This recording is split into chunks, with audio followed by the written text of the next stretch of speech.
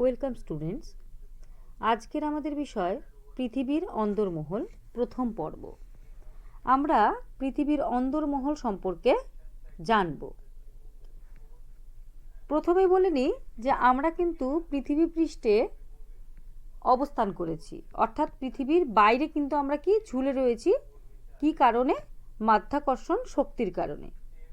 পৃথিবীর ভেতরে কিন্তু আমরা নেই, কিন্তু সাধারণত আমরা কি ভাবি যে আমরা পৃথিবীর ভেতরেই রয়েছি, কিন্তু পৃথিবীর ভেতরে কিন্তু নেই। পৃথিবীর ভেতরটা কি অত্যন্ত তপ্ত অবস্থায় কিন্তু রয়েছে।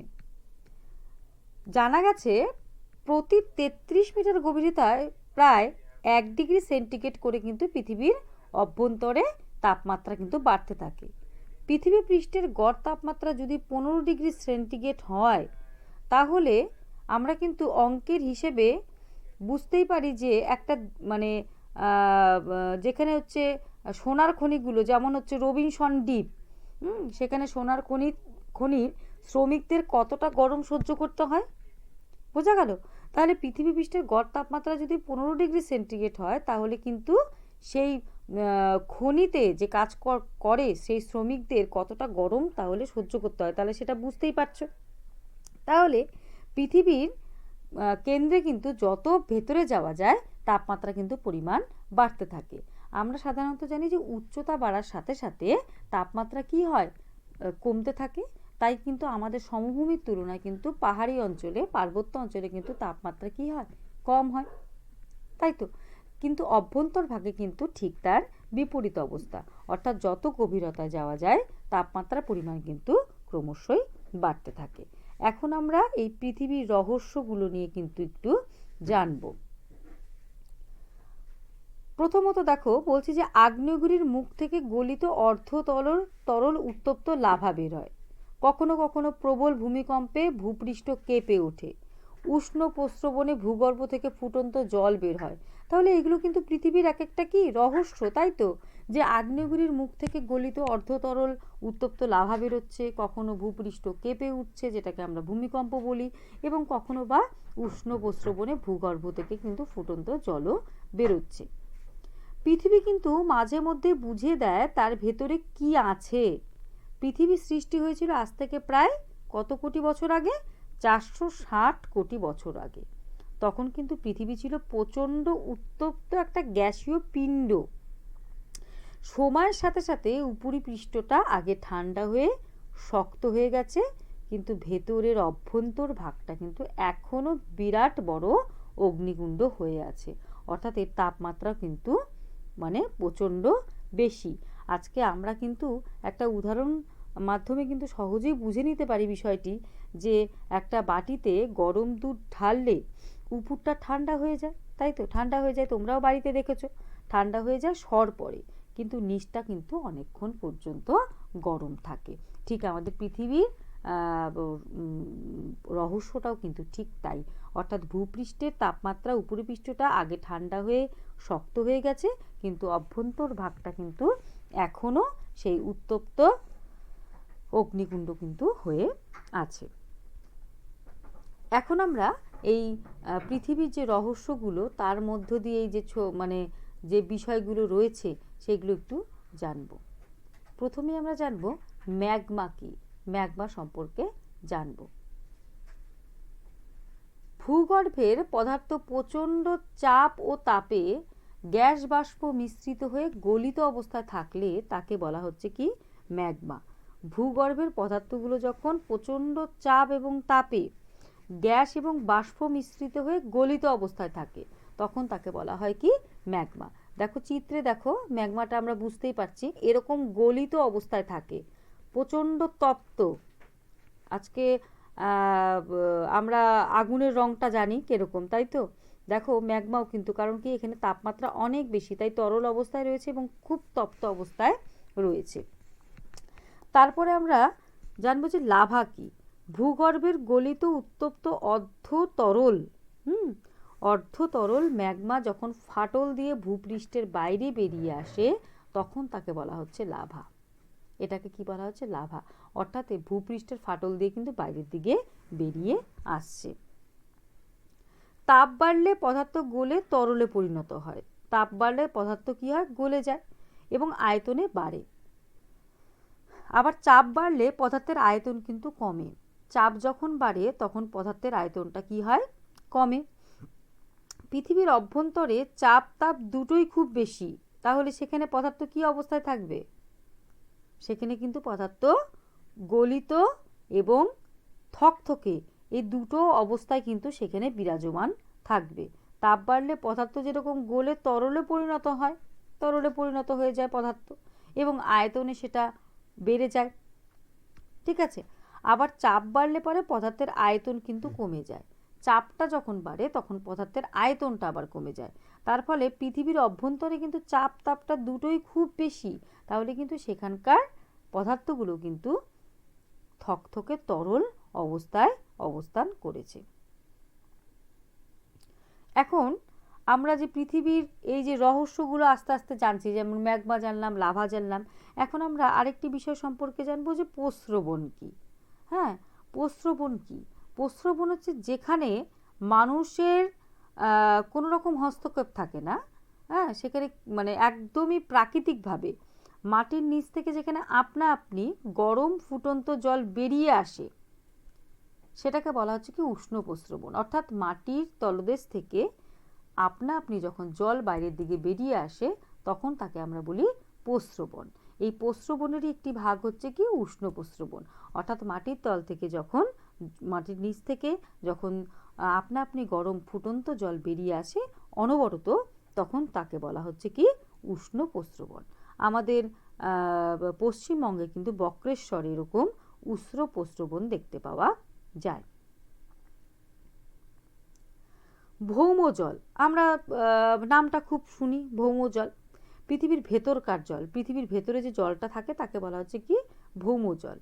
ভূতাপের অর্থাৎ পৃথিবীর ভেতরকার যে তাপটা তার সংস্পর্শে এসে কিন্তু গরম হয়ে ফুটতে শুরু করে। এই যে ভৌমজল পৃথিবীর অভ্যন্তরের যে তাপটা তার সংস্পর্শে এসে কি হয়, মানে ফুটতে শুরু করে, তার তাপমাত্রা বেড়ে গিয়ে সেখানে কি হয়, ফুটতে শুরু করে। পৃথিবী পৃষ্ঠের ফাটলের মধ্যে দিয়ে সেই জল কিন্তু বাইরের দিকে বেরিয়ে আসে। তাহলে ম্যাগমা এবং লাভা সম্পর্কে আমরা জানলাম। এখন আমরা জানব ভূতাপ কি। ভূতাপ হলো এক ধরনের শক্তি। পৃথিবীর কেন্দ্রের তাপ ধীরে ধীরে বাইরের দিকে অর্থাৎ পৃথিবী পৃষ্ঠের দিকে আসতে থাকে। পৃথিবীর কেন্দ্রের তাপ কি হয়, ক্রমশ ধীরে ধীরে বাইরের দিকে অর্থাৎ পৃথিবী পৃষ্ঠের দিকে আসতে থাকে। এই তাপ শক্তিকে বলা হচ্ছে কি ভূতাপ শক্তি। পৃথিবীর বহু দেশে এই তাপ শক্তি থেকে কিন্তু বিদ্যুৎ উৎপাদনও করা হয়ে থাকে। আইসল্যান্ড তাদের দেশের বিদ্যুতের চাহিদার প্রায় 30% ভূতাপ শক্তি দ্বারা মেটায়। অর্থাৎ পৃথিবীর কেন্দ্রের তাপ ধীরে ধীরে যখন বাইরের দিকে অর্থাৎ পৃথিবী পৃষ্ঠের দিকে আসতে থাকে তখন সেই তাপ শক্তিকে ভূতাপ শক্তি বলা হয়। আমেরিকা যুক্তরাষ্ট্রে পৃথিবীর মধ্যে সবচেয়ে বেশি ভূতাপ শক্তি থেকে বিদ্যুৎ উৎপন্ন হয়। ভূতাপ শক্তি থেকে বিদ্যুৎ উৎপাদন করলে জীবাশ্ম জ্বালানির ব্যবহার কিন্তু কমানো যায়, যেমন কয়লা, খনিজ তেল, হ্যাঁ, এগুলো জীবাশ্ম জ্বালানিগুলো যেমন পেট্রোল, ডিজেল, এগুলোর পরিমাণটা আস্তে আস্তে কিন্তু কমানো যায়। ভারতের এই ভূতাপ বিদ্যুৎ কেন্দ্র যাতে থেকে ভূতাপ শক্তিকে আরও তৈরি করা যায় এবং কাজে লাগানো যায় সেই চেষ্টা কিন্তু ভারতবর্ষ করা হচ্ছে। বোঝা গেল? এই গেল আমাদের ভূতাপ শক্তি সম্পর্কে আমরা জানতে পারলাম। এখন আমরা জানব পৃথিবীর ঘনত্ব। পৃথিবীর ঘনত্ব কি? ভূপৃষ্ঠের গড় ঘনত্ব মাত্র 2.6 থেকে 3.3 গ্রাম পার ঘন সেমি। ভূপৃষ্ঠের ঘনত্ব। পৃথিবীর কেন্দ্রের কাছে পদার্থের গড় ঘনত্ব প্রায় 11 গ্রাম পার ঘন সেমি। সেটা বেড়ে পৃথিবীর একেবারে কেন্দ্রে প্রায় 13 থেকে 14 গ্রাম পার ঘন সেমি হয়ে থাকে। কিন্তু কৃত্রিম উপগ্রহের বিচারে সামগ্রিকভাবে পৃথিবীর গড় ঘনত্ব কিন্তু 5.5 গ্রাম পার ঘন সেমি। এখন এই যে ঘনত্বটা কি সেটা আমাদের জানতে হবে। পৃথিবীর ঘনত্বটা যে আমরা জানলাম, তার আগে আমাদের কি বিষয়টা জানতে হবে যে ঘনত্ব কি। ঘনত্ব হলো একক আয়তনে পদার্থের কতটুকু ভর আছে তার পরিমাপকে পদার্থের ঘনত্ব বলে। একক আয়তনে পদার্থের কতটুকু ভর আছে তার পরিমাপটাকে পদার্থের ঘনত্ব বলে। প্রতি ঘন সেন্টিমিটার জায়গায় পদার্থের ভর কতটা সেটাই পদার্থের ঘনত্ব। অর্থাৎ প্রতি ঘন সেন্টিমিটার জায়গায় একটা পদার্থের ভর কতটা সেটাই কিন্তু পদার্থের ঘনত্ব বা ডেনসিটি। পদার্থের অণু পরমাণুগুলি কত কাছাকাছি বা কত দূরে দূরে আছে তার ধারণা হতে পারে ঘনত্ব জানা থাকলে। পদার্থের মধ্যে যে অণু পরমাণুগুলি থাকে সেগুলো কত দূরে দূরে আছে বা কতটা কাছে অবস্থান করেছে সেটা কিন্তু একমাত্র পদার্থের ঘনত্ব যদি জানা থাকে তাহলেই কিন্তু আমরা জানতে পারবো। বোঝা গেল? একই মাপের একটি লোহার পাত এবং একটি অ্যালুমিনিয়ামের পাত হাতে নিয়ে দেখলে কোনটা ভারী লাগবে আর কেনই বা লাগবে? কোনটা ভারী লাগবে? অ্যালুমিনিয়ামের পাতের তুলনায় লোহার পাত বেশি ভারী লাগবে। কেন ভারী লাগবে? কারণ সেখানে কিন্তু পদার্থের যে অণু পরমাণুগুলো কিন্তু সেখানে কিন্তু খুব কাছাকাছি অবস্থান করেছে, তার ফলে কিন্তু তার কিন্তু ঘনত্বটাও কিন্তু অনেক বেশি, তাই কিন্তু ভারী লাগছে। দেখো ছবির মাধ্যমে কিন্তু আমরা এখানে বুঝতে পারছি। বোঝা গেল? ভারী জিনিস নিচে থিতিয়ে পড়ে, হালকা জিনিস কিন্তু উপরের দিকে ভেসে ওঠে, সেটা আমরা জানি। পৃথিবীর জন্মের সময় খুব গরম ও বেশি ঘন পদার্থ মাধ্যাকর্ষণের টানে কেন্দ্রের দিকে চলে যায়। স্বাভাবিক, ভারী পদার্থগুলো কি আজকে আমরা যদি এক গ্লাস বা এক বালতি জলের মধ্যে যদি আমরা বালি দিয়ে দিই, সেই বালিটা কি উপরের দিকে ভেসে থাকবে? সেটা নিচে থিতিয়ে যাবে, কারণ জলের তুলনায় বালিটা কি অনেক ভারী। বোঝা গেল? ঠিক পৃথিবীর ক্ষেত্রে কিন্তু তাই, ভারী জিনিসগুলো কিন্তু নিচে থিতিয়ে পড়ে, হালকা জিনিসগুলো কি করছে বা মানে ভারী জিনিসগুলো কিন্তু মাধ্যাকর্ষণের টানে কেন্দ্রের দিকে ক্রমশ চলে যাচ্ছে। বিশেষত লোহা আর নিকেল পৃথিবীর কেন্দ্রের চারদিকে আবর্তন করতে থাকে, কারণ নিকেল এবং লোহা হচ্ছে ভারী, অপেক্ষাকৃত হালকা। যেমন অ্যালুমিনিয়াম, সিলিকা, এগুলো কি হালকা, এগুলো কি হয় উপরের দিকে কিন্তু ভেসে ওঠে। বোঝা গেল? তাহলে দেখো যে স্বাভাবিক নিয়মে পৃথিবীর অভ্যন্তরে যত যাওয়া যায় তত কিন্তু পদার্থের চাপ বাড়তে থাকে। কারণ কি, এখানে কিন্তু চাপ বাড়লে পদার্থের ঘনত্বটাও যেমন বেড়ে যায়, তেমন বেশি ঘন পদার্থ কিন্তু চাপ দেয় বেশি। কারণ এখানে কি যত কেন্দ্রের দিকে যাওয়া যায় তত কিন্তু ভারী পদার্থগুলো কিন্তু অবস্থান করে, কারণ ভারী পদার্থগুলো উপরের দিকে থাকতে পারে না। তাই লোহা, নিকেল এগুলো ভারী হওয়াতে নিচের দিকে চলে যায়, কেন্দ্রের দিকে অবস্থান করে। তাই কেন্দ্রের দিকে অবস্থান করবার জন্য এদের যেহেতু মানে ভারী হওয়াতে পদার্থের কিন্তু চাপটাও কিন্তু বাড়ে, আর চাপ বাড়লে কিন্তু পদার্থের ঘনত্বটাও যেমন বেড়ে যায়, তেমনি বেশি ঘন পদার্থও কিন্তু চাপও দেয় বেশি। তাই পৃথিবীর অভ্যন্তরে ক্রমশ চাপ এবং তাপ বাড়ার ফলে ভেতরের পদার্থগুলো কিন্তু কোথাও কঠিন, কোথাও তরল, আবার কোথাও বা অর্ধতরল অবস্থায় রয়েছে। অর্থাৎ গভীরতার মানে পরিমাণ অনুসারে কিন্তু সেখানকার পদার্থগুলো কিন্তু সেইভাবেই অবস্থান করেছে। যেটা বেশি গভীরে অবস্থান করেছে সেখানে তাপমাত্রার পার্থক্যের কারণে কিন্তু সেখানকার পদার্থগুলো একরকমভাবে অবস্থান করেছে। যেরকম একদম কেন্দ্রে সেখানে কিন্তু সমস্ত পদার্থগুলো গলিত অবস্থায় অবস্থান করেছে, যেটা আমি পরবর্তীতে তোমাদের যখন ভূ অভ্যন্তরের স্তরগুলো পড়াবো, কেন্দ্রমণ্ডল, গুরুমণ্ডল, আরও ভালো করে তোমরা বুঝতে পারবে। সেখানে লোহা, নিকেল এগুলো কি ভারী এবং প্রচণ্ড তাপমাত্রায় কিন্তু সবচেয়ে নিচে অবস্থান করেছে, এবং সেখানে তাপমাত্রা অনেক বেশি হওয়ার কারণে কিন্তু সেখানে গলিত অবস্থায় রয়েছে।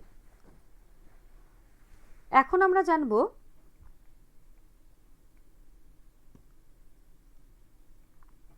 ভূমিকম্প তরঙ্গ সম্পর্কে। ভূমিকম্প তরঙ্গ কি? ভূমিকম্প তরঙ্গ বা ভূকম্পীয় তরঙ্গ হচ্ছে ভূমিকম্প, আগ্নেয়গিরির অগ্ন্যুদ্গম, বৃহৎ ভূমিধস, মানব সৃষ্ট বিস্ফোরণ বা এ জাতীয় কোনো শক্তিশালী উৎস থেকে সৃষ্ট শক্তির তরঙ্গীয় রূপ, যা ভূপৃষ্ঠ তল বরাবর কিংবা পৃথিবীর ভেতর দিয়ে কিন্তু প্রবাহিত হয়। তাহলে ভূমিকম্প তরঙ্গ কি? ভূমিকম্প তরঙ্গ হচ্ছে ভূমিকম্প, আগ্নেয়গিরির অগ্ন্যুদ্গম, বৃহৎ ভূমিধস, মানবসৃষ্ট বিস্ফোরণ বা এ জাতীয় কোনো শক্তিশালী উৎস থেকে সৃষ্ট শক্তির একটা তরঙ্গীয় রূপ, যা ভূপৃষ্ঠ তল বরাবরও প্রবাহিত হতে পারে কিংবা পৃথিবীর ভেতর বরাবরও কিন্তু প্রবাহিত হতে পারে। এখন দেখো এই যে ছবিতে কিন্তু এখানে ভূমিকম্প তরঙ্গগুলো দেওয়া আছে, পরের ছবিটি আরেকটি ছবি আছে, সেখানে তোমরা একটু ভালো করে বুঝতে পারবে। অর্থাৎ এখানে এটাই বুঝিয়েছে যে ভেতর দিয়েও যেরকমভাবে প্রবাহিত হচ্ছে, বাইরের পৃষ্ঠতল বরাবরও কিন্তু তরঙ্গগুলো কিন্তু প্রবাহিত হচ্ছে। তরঙ্গের প্রকারভেদ দেখো, তরঙ্গগুলো বিভিন্ন ধরনের পদার্থের মধ্য দিয়ে কিন্তু প্রবাহিত হওয়ার সময় কখনো দীর্ঘ, কখনো ক্ষুদ্র, আবার কখনো দ্রুত বা ধীর গতি সম্পন্ন হয়। কখনো কী হয়, প্রচণ্ড দ্রুত যাচ্ছে, কখনো ধীর গতি থাকে এবং কখনো দীর্ঘ হয় কিংবা কখনো ক্ষুদ্র আকারে যায়। কম্পন তরঙ্গগুলো যেটাকে বলা হচ্ছে পি এবং এস, অর্থাৎ প্রাথমিক বা প্রাইমারি ওয়েভ বা প্রাথমিক তরঙ্গ, সেকেন্ডারি ওয়েভ। ঠিক আছে, ভূ অভ্যন্তর দিয়ে কিন্তু কোথাও কি গতিতে যাচ্ছে, কিভাবে যাচ্ছে এবং কিভাবে কি অভিমুখ পাল্টাচ্ছে, এ সব কিছুই কিন্তু পৃথিবীর অভ্যন্তর সম্পর্কে কিন্তু তথ্য দেয়। এই ভূমিকম্পের পি তরঙ্গ ভূ অভ্যন্তরের কঠিন তরল যে কোনো মাধ্যমের মধ্যে দিয়ে যেতে পারে।